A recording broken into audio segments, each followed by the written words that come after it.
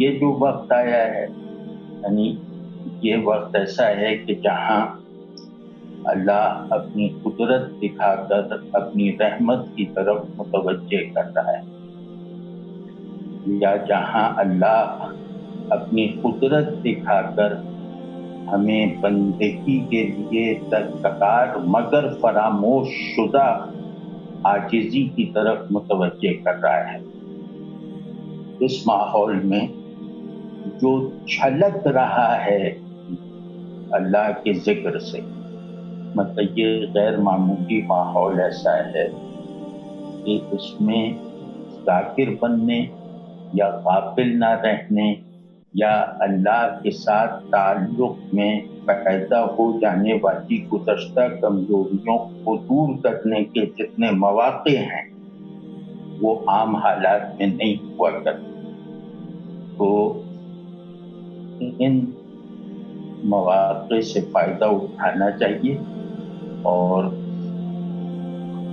اللہ سے تعلق کی یہ دونوں قدریں ہمیں بحال کرنے ان کے احیا کی کاوش کرنے کے لیے مطلوب مجاہدہ کرنا آج ہر عمل سے زیادہ ضروری ہے۔ مطلب اگر ہم نے اس موقع کو بندگی میں صداقت پیدا کرنے کا ذریعہ نہ بنایا، اگر ہم نے اس بے بس کر دینے والی وبا کو اللہ کی قدرت اور اللہ کے جلال کی نشانی کی حیثیت سے محسوس کرنے کا چلن نہ اپنایا تو پھر ظاہر ہے کہ پھر قیامت ہی جگائے گی ہمیں، پھر ہم سے اس وقت منوایا جائے گا جب ماننا کوئی اجر نہیں رکھتا۔ تو ابھی اللہ کو ماننا، اپنی اوقات کو پہچاننا اور اللہ کی قدرت و رحمت کو جاننا بالکل ایک سانس کے فاصلے پر ہے۔ اس سہولت سے جس نے فائدہ نہیں اٹھایا اسے پھر شور قیامت جگائے گا، اور وہ شور اور اس سے جاگنا، یعنی اس شور سے جاگنے پر بیداری کا اجر نہیں ملے گا، ورنہ تو اللہ کی معرفت تو جہنمیوں کو بھی جہنم میں حاصل ہو جائے گی، لیکن اس معرفت کا کیا فائدہ؟ بسم اللہ الرحمن الرحیم۔ السلام علیکم سامعین، آپ کی میزبان طوبیٰ ذوالفقار رفا FM 102.2 سے حاضر ہے۔ پروگرام کا وقت شروع ہوا جاتا ہے۔ اقرا، اس کے میزبان ہیں شوال امین۔ گفتگو کریں گے سید مہر الدین افضل۔ ناظرین اور سامعین، آپ اس پروگرام کو رفا FM 102.2 کے علاوہ دیکھ سکتے ہیں azmpakistan.tv پر، اور اس کے علاوہ edutv.hsc.gov.pk پر بھی دیکھ سکتے ہیں۔ آئیے چلتے ہیں پروگرام کی طرف۔ اقرا۔ بسم اللہ الرحمن الرحیم۔ السلام علیکم۔ پروگرام اقرا کے ساتھ میں ہوں آپ کا ہوسٹ شوال امین۔ ناظرین اور سامعین، آپ یہ پروگرام edutv azmpakistan.tv اور رفا FM 102.2 پر بھی سماعت فرما رہے ہیں۔ ہمارے ساتھ روز کی طرح آج ہمارے ساتھ مہر الدین صاحب موجود ہیں۔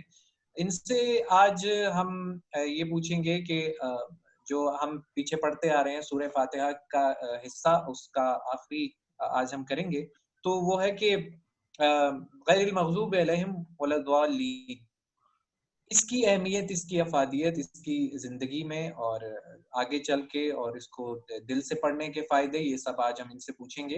السلام علیکم سر، کیا حال ہیں آپ کے؟ وعلیکم السلام ورحمۃ اللہ وبرکاتہ۔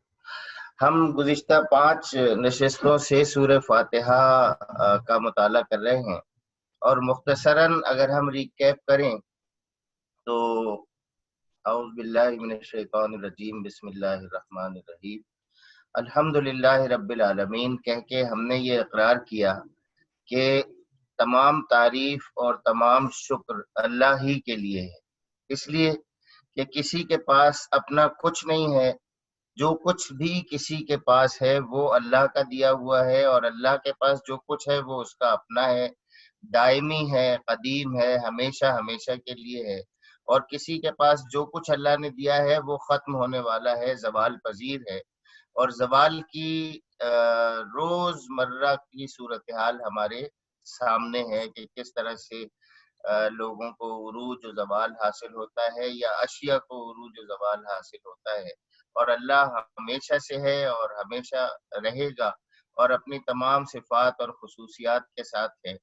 پھر ہم رب العالمین جب ہم کہتے ہیں تو اس کا مطلب یہ ہے کہ وہ ہمارا پالنے والا بھی ہے، وہ ہمارا حاکم بھی ہے، وہ ہمارا مالک بھی ہے، وہ ہمارا آقا بھی ہے۔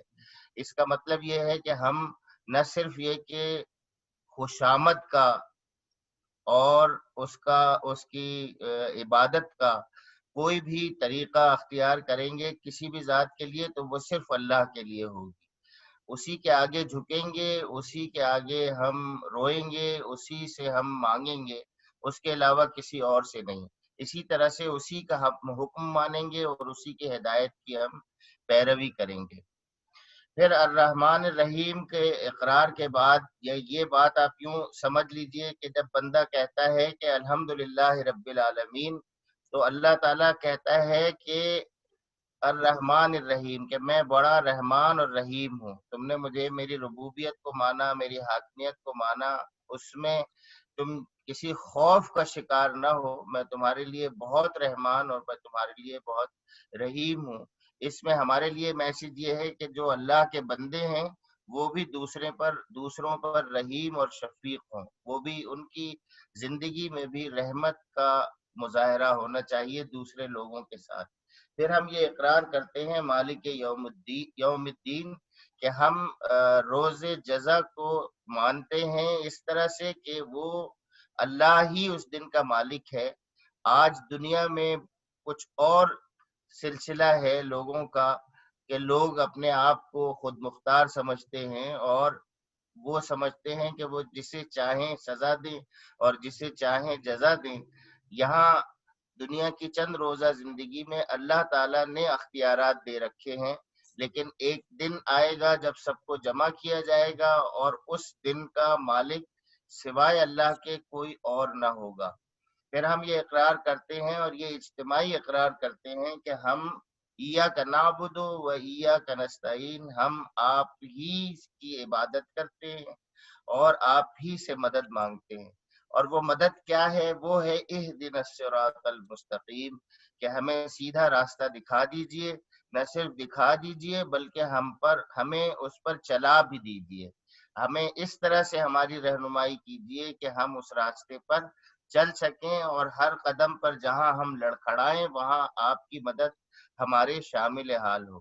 اس دعا کے بعد پھر ہم یہ کہتے ہیں کہ ان لوگوں کا راستہ دکھائیے، صراط الذین انعمت علیہم، کہ جن پر آپ نے انعام کیا، اور غیر المغضوب علیہم، نہ کہ ان لوگوں کا راستہ جن پر آپ کا غضب ہوا، ولا الضالین، اور جو کہ بھٹکے ہوئے نہیں ہیں۔ اب یہاں انعام سے مراد کیا ہے؟ انعام سے مراد اگر فرعون ہے، اگر نمرود ہے، اگر حامان ہے، اور اگر اسی طرح کے وہ لوگ ہیں جن کو ہم دنیا میں دیکھتے ہیں کہ بہت دولت اور شوکت اور حشمت ملا ہے، لیکن ہم خود جانتے ہیں کہ ان کا انجام کیا ہوا، ان کے غرور و تکبر کی بنا پر ان کا کیا انجام ہوا۔ تو کیا انعام سے مراد یہ دنیاوی ساز و سامان اور شان و شوکت اور عیش و عشرت کے مظاہر ہیں؟ نہیں، اس کو انسان خود تسلیم نہیں کرتا۔ اس کا مطلب یہ ہے کہ انعام سے مراد وہ زندگی ہے جو اس سے پہلے دعا میں چلی آ رہی ہے، صراط مستقیم والی زندگی، رحمت اور شفقت والی زندگی، اللہ کی بندگی والی زندگی، اور اللہ کی بندگی زندگی کے ہر شعبے میں۔ تو جب یہ سارے طریقے اختیار کرے گا ایک انسان، ایک بندہ، اللہ کا بندہ، تو پھر وہ انعامات کا مستحق ہوگا۔ انعامات میں بھی جو ہے وہ سب سے اولین جو قسم ہے انسانوں میں، سب سے شرف کے مستحق جو لوگ قرار پائے ہیں وہ انبیاء ہیں، اور ان کے بعد صدیقین ہیں، ان کے بعد شہداء ہیں، ان کے بعد صالحین ہیں۔ اب نبیوں کا سلسلہ تو ختم ہو چکا، لیکن صدیقین، شہداء اور صالحین، ان کا ابھی بھی یہ مقامات اور یہ مراتب ابھی بھی قرآن مجید کے مطابق انسانوں کے لیے کھلے ہیں۔ وہ اپنی زندگی میں صداقت اختیار کریں اور صادقین کے ساتھ ہو جائیں، سچوں کے ساتھ ہو جائیں، تو وہ صدیقین کہلائیں گے۔ وہ اپنی زندگی کی ہر عمل سے اور اپنی زبان کے ہر قول سے اس بات کے شاہد اور گواہ ہو جائیں کہ اللہ ایک ہے اور محمد صلی اللہ علیہ وسلم اس کے رسول ہیں اور میں اس کا سچا پیروکار ہوں، تو وہ شہداء میں شامل ہو جائیں گے۔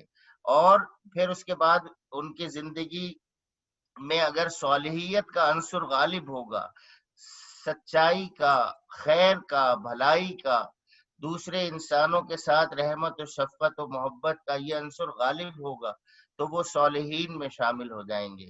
اور اب اس میں میسج یہ ہے کہ ہم یا تو صدیقین، شہداء اور صالحین بننے کی کوشش کریں، اور ہم نے دیکھا یہ ہے کہ محض زبانی اقرار اور زبان سے سننے سے اس پہ ہم وہ کچھ سیکھ نہیں پاتے جو کچھ ہم صحبت سے سیکھتے ہیں۔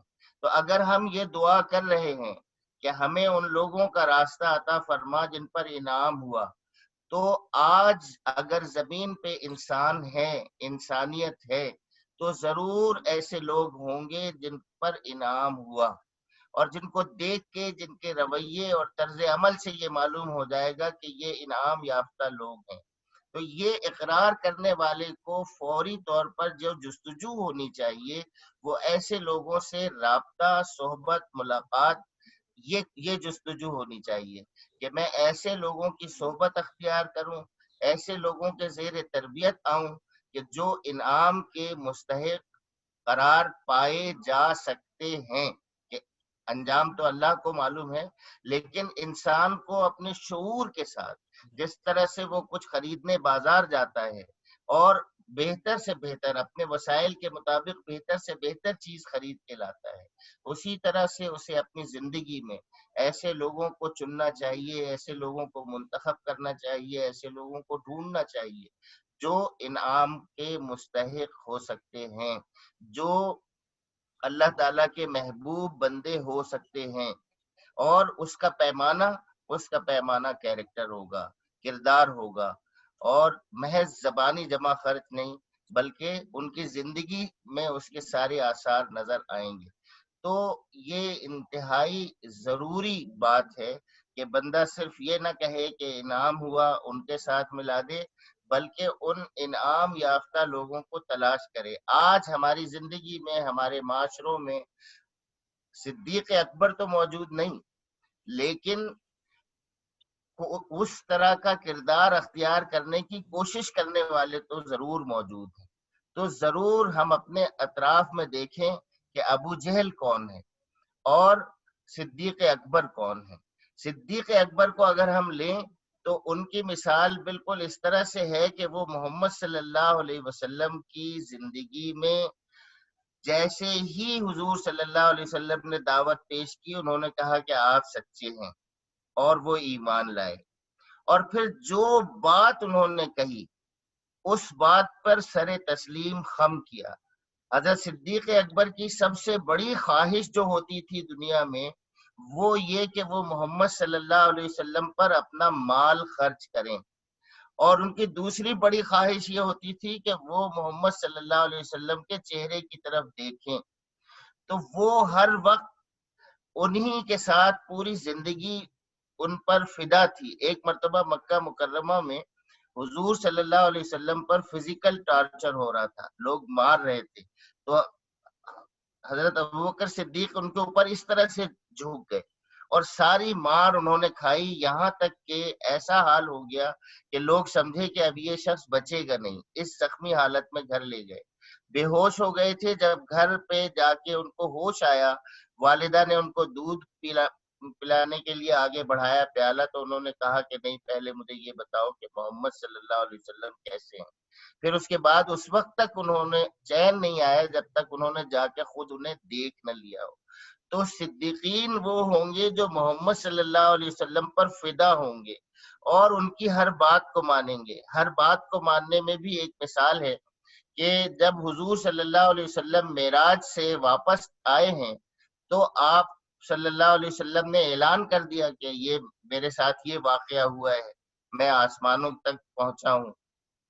تو لوگوں نے اس کا مذاق اڑایا اور اس طرح سے وہ زبان زد عام یہ قصہ ہو گیا کہ لوگ ان کے پاگل پن میں معاذ اللہ اتنا اضافہ ہو گیا ہے کہ انہوں نے راتوں رات جانے کا اور وہاں سے آنے کا دعویٰ کر دیا۔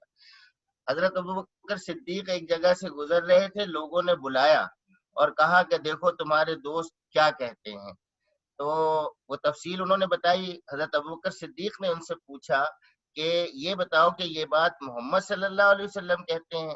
تو انہوں نے کہا کہ ہاں۔ تو انہوں نے کہا کہ اگر وہ کہتے ہیں تو یہ بات بالکل سچ ہے۔ اس موقع پر ان کو صدیق کا لقب دیا گیا۔ تو محمد صلی اللہ علیہ وسلم کو ماننے والے اگر محمد صلی اللہ علیہ وسلم کی پیروی کرتے ہیں اور محمد صلی اللہ علیہ وسلم کی ہر بات کو سچا مانتے ہیں تو وہ سمجھ لیجئے کہ وہ صدیقین کے راستے پر ہیں۔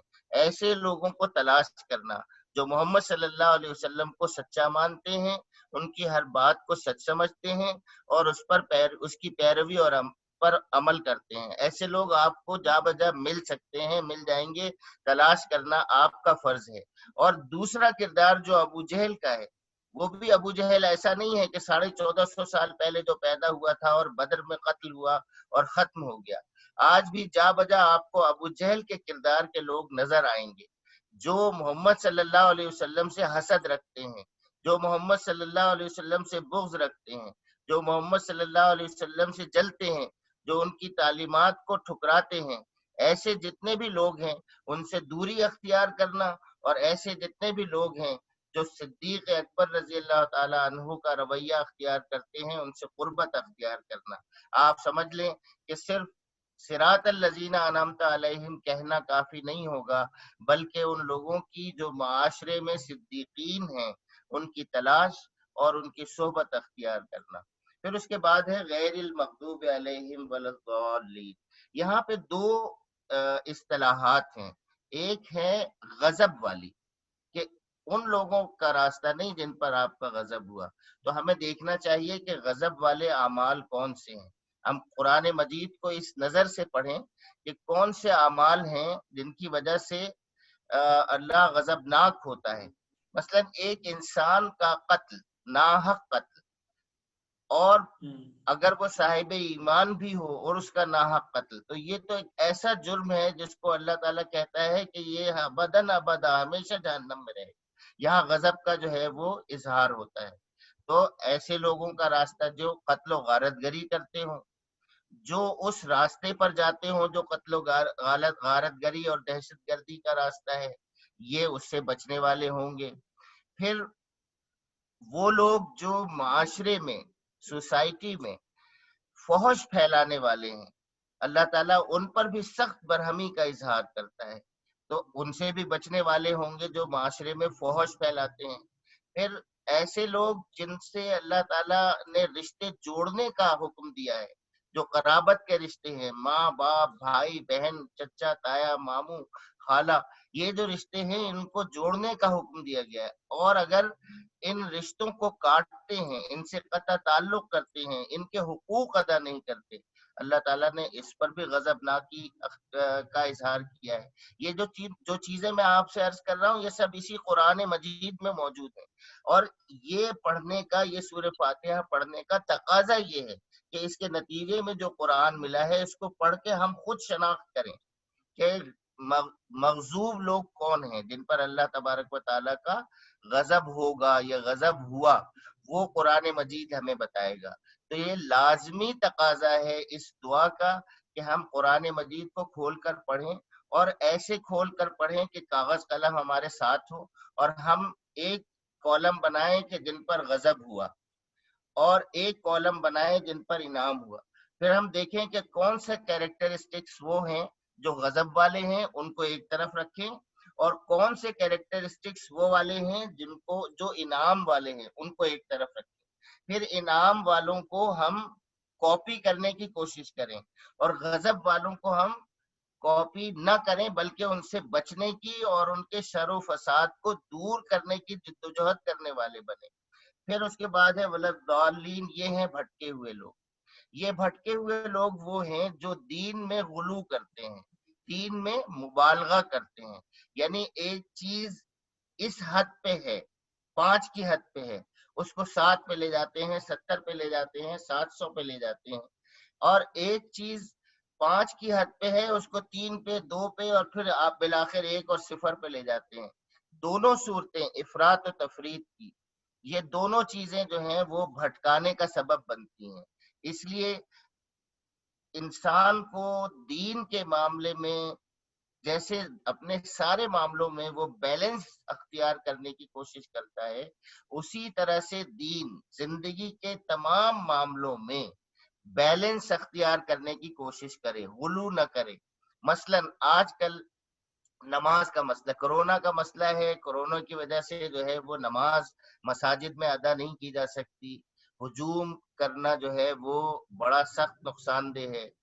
اب اس موقع پہ غلو کیا ہے؟ اس موقع پہ غلو یہ ہے کہ کوئی آدمی ایکسپلوئٹ کرنے کے لیے، اور عام طور پر ہوتا یہ ہے کہ کچھ لوگوں کے مفادات ہوتے ہیں، وہ ایکسپلوئٹ کرنے کے لیے کہتے ہیں ارے مسجدوں کو ویران کر دیا.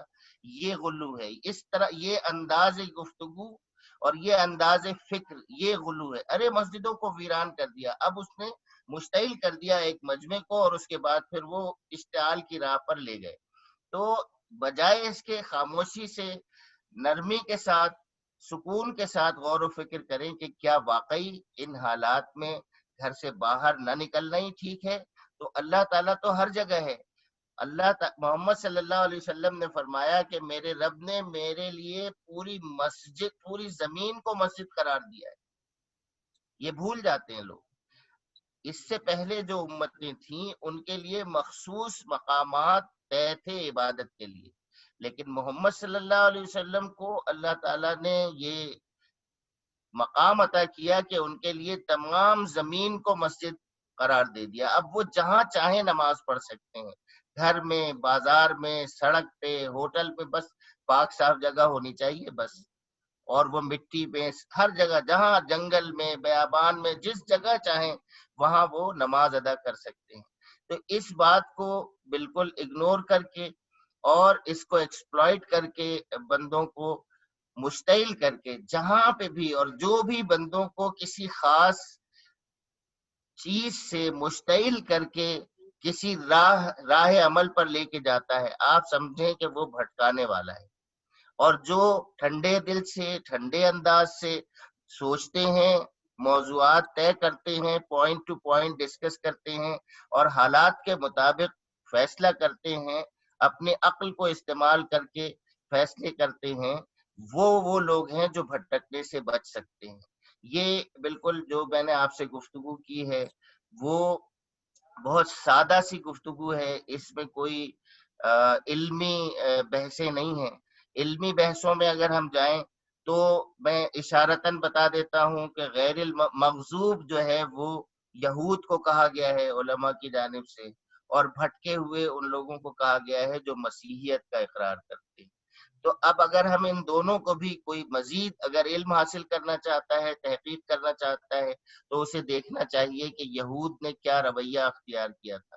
ان کا جو رویہ تھا، موٹا موٹا ان کا رویہ یہ تھا کہ انہوں نے اللہ کے دین کو بگاڑ دیا، اللہ کی کتاب کو مسخ کر دیا، تحریف کی، اس کو چھپایا، اس کو عام لوگوں تک پہنچنے نہیں دیا. اور جو لوگ اللہ کا پیغام لے کر آئے ان کو ناحق قتل کیا، یہاں تک کہ کئی انبیاء کو انہوں نے قتل کیا. اور بالآخر حضرت عیسیٰ علیہ السلام کو انہوں نے پھانسی پر چڑھانے کی کوشش کی. وہ تو اللہ تبارک و تعالیٰ نے اپنے حکم سے ان کو آسمانوں پر بلا لیا. لیکن انہوں نے تو اپنے طور پر یہ کوشش کر ہی لی تھی. تو یہود کا کیا قصور ہے کہ انہوں نے انبیاء کو قتل کیا، انہوں نے اپنے مصلحین کو قتل کیا، ان کی ناقدری کی، ان کو قید کیا، اور جو ہدایت، جو کتاب اللہ نے دی تھی اس کو چھپا دیا اور اس کو بدل دیا اس کے احکامات. جبکہ عیسائی ہونے کا دعویٰ کرتے ہیں، مسیحی ہونے کا دعویٰ کرتے ہیں، انہوں نے حضرت عیسیٰ علیہ السلام کی شخصیت میں مبالغہ کیا، غلو کیا، اور ان کو انسان سے اٹھا کر اللہ کا بیٹا بنا دیا.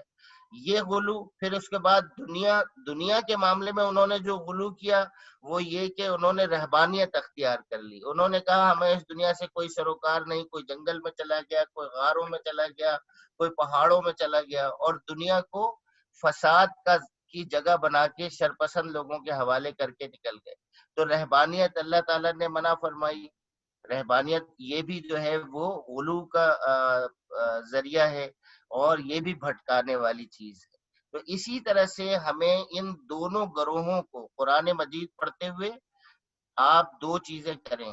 ایک لسٹ بنائیں کہ جو اللہ کا غضب کا سبب بننے والے اعمال ہیں اور جو اللہ کا انعام پانے والے اعمال ہیں، اور پھر اس کو اپنی زندگی میں لاگو کریں جس طرح سے آپ اپنی پریکٹیکل لائف میں کرتے ہیں. وہ لوگ جو 16 سال اور 18 سال اور 14 سال کی تعلیم حاصل کرتے ہیں ان کے لیے تو یہ بالکل آسان ہے کہ ایک ایسی فہرست بنانا جس میں ڈوز اور ڈونٹس دونوں ہوں. ایک طرف یہ کہ جو کام کرنے کے ہیں وہ کیے جائیں اور جو نہیں کرنے کے ہیں وہ نہیں کیے جائیں. یہ کتاب یہی بتاتی ہے. پھر اس کے بعد یہ بھی دیکھیں کہ یہ جو دو بڑے گروہ جن کا ذکر ہے قرآن مجید میں، یہود کا بھی ہے اور نصارہ کا بھی ہے، ان کے کیریکٹرسٹکس کیا ہیں. ان کیریکٹرسٹکس میں جو خراب چیزیں ہیں جس کی وجہ سے اللہ تعالیٰ نے ان کو ناپسند کیا، ان کو بھی لسٹ بنا لیں اور ان سے بھی بچنے کی کوشش کریں. جی، یہ بات سب سے پہلے آپ نے صحبت کی کہ اچھی لوگوں کی صحبت اختیار کریں اور برے لوگوں سے بچیں. بس ایک لائن کے اندر آپ بتا دیں کہ کس طرح آئیڈینٹیفائی کیا جائے ان کی باتوں سے، ان کی پرسنالٹی سے، اور کس چیز کو مد نظر رکھ کے، صرف ایک لائن میں اگر آپ لوگوں کے لیے بتا دیں. قول اور عمل کی یکسانیت. جو کہتے ہیں وہ کرتے ہیں، بس وہ اللہ کے ولی ہیں. لباس فعل میں ان کے تضاد نہیں ہوں. جی بالکل. جی ٹھیک ہے. اور آپ لباس کا بھی کچھ کہہ رہے تھے؟ اگر آپ میں مطلب اس میں کوئی حلیہ، کوئی ڈریسنگ، کوئی ہیئر کٹنگ، کوئی فیشن، کسی اس کی وہ نہیں ہے، خاص بات نہیں ہے. وہ کسی بھی حلیے کے ہوں، کسی بھی ڈریسنگ کے ہوں، اگر ان کے قول اور فعل میں تضاد نہیں ہے تو وہ اللہ کے ولی ہیں. ٹھیک ہے. ٹھیک. اچھا، اب یہ بات آتی ہے کہ آپ نے جس طرح بات کی کہ اچھے کام کرنا اور برائی سے رکنا، یعنی کہ اس کو کہہ سکتے ہیں کہ امر بالمعروف نہی عن المنکر جس کو کہتے ہیں، اس پر ہم عمل کریں اور اس پر سامنے. تو آپ نے اچھے طریقے سے کہا. اگلی نشست میں ہم سورہ بقرہ کی طرف جائیں گے، اگر آپ ایگری کرتے ہیں اس بات پہ. تو جی بالکل. اسی پہ ہم جائیں گے. اور ابھی میں کہتا ہوں کہ لوگوں کے اس کے لیے اگر اس کو کی پوائنٹس میں ڈیوائیڈ کیا جائے آپ کی گفتگو کو، تو سب سے پہلے بات برابری رکھیں، میانہ روی رکھیں اپنے عمل کے اندر. اپنے عمل اور قول کو ایک ساتھ رکھیں، تضاد نہ رکھیں قول و فعل میں، اور عمل بالمعروف والنہی عن المنکر پر عمل کریں. اور دوسری جگہ پر بھی ارشاد ہوا ہے کہ زور بازو سے آپ برائی کو روکو. اگر نہیں ہو سکتا تو آخر میں جا کے آپ اپنے قلب میں ہی برا جان لو، تو وہ بھی آپ کے لیے کافی ہے. بہت شکریہ مہر الدین صاحب کہ آپ نے ہمیں اتنے اچھی طرح سے، اتنے بریف طریقے سے گائیڈ کیا، کیونکہ یہی ضرورت ہوتی ہے لوگوں کو، کہ اکثر لوگ دیکھتے ہیں کہ وہ کہتے ہیں کہ ہمارے ذہن میں بات نہیں بیٹھی، وہ ذہن نشین نہیں ہوئی. تو جس طرح آپ ایکسپلین کرتے ہیں انشاءاللہ اسی طرح ہی لوگوں کی طرف جائے گی. بہت شکریہ آپ سب کا ہمارے ساتھ رکنے کا، اور انشاءاللہ آپ سے کل ملاقات ہوگی سورہ بقرہ کے ساتھ. اپنا بہت سارا خیال رکھیں. اللہ حامی و ناصر ہو. اللہ حافظ. سامعین ابھی آپ سن رہے تھے پروگرام اقرا، سنتے رہیے رفا ایف ایم 102.2۔ سامعین آپ سن رہے ہیں رفا ایف ایم 102.2۔ آئیے چلتے ہیں کلام اقبال کی طرف۔ کلام اقبال پڑھ رہے ہیں علی ملک۔ ہر لحظہ ہے مومن،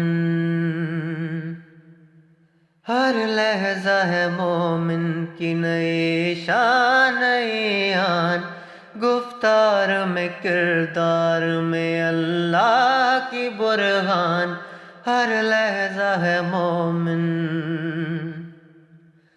قہاریو غفاریو قدوس یا جبروت،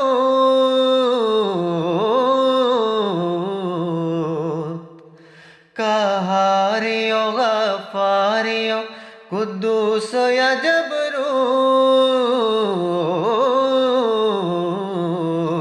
یہ چار عناصر ہو تو بنتا ہے مسلمان، یہ چار عناصر ہو تو بنتا ہے مسلمان، ہر لحظہ ہے مومن۔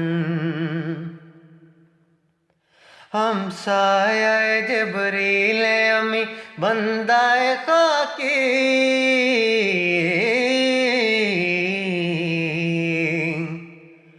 ہم سایہ جبریل امی بندہ خاکی، ہے اس کا نشے من نہ بخارا نہ بدخشاں، ہے اس کا نشے من نہ بخارا نہ بدخشاں، ہر لحظہ ہے مومن۔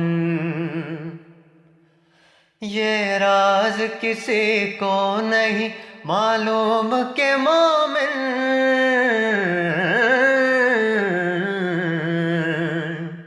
یہ راز کسی کو نہیں معلوم کہ مومن، قاری نظر آتا ہے حقیقت میں قرآن، قاری نظر آتا ہے حقیقت میں قرآن، ہر لحظہ ہے مومن نئی شان نئی آن، گفتار میں کردار میں اللہ کی برہان، ہر لحظہ ہے مومن۔ سامعین آپ سن رہے تھے علی ملک کی آواز میں کلام اقبال، سنتے رہیے رفا ایف ایم 102.2۔